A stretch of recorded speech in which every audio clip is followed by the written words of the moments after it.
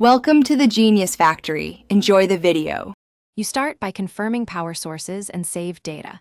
Once done, save work and clear volatile memory to avoid losing variables. Make sure to locate the power key, any soft key labels, or a tiny physical switch. These differ by model. If removable batteries are present, have a screwdriver or coin ready. You want to be efficient. Press the power key briefly to see response, then hold it if nothing happens, because models accept short versus long presses differently. You now perform the actual shutdown. Try a short press first to enter standby, and if that doesn't fully power down, hold the power key for about 2 to 5 seconds to force off.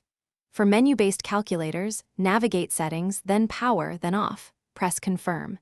If using external DC power, disconnect it before removing batteries. Make sure to wait a minute for stored charge to dissipate.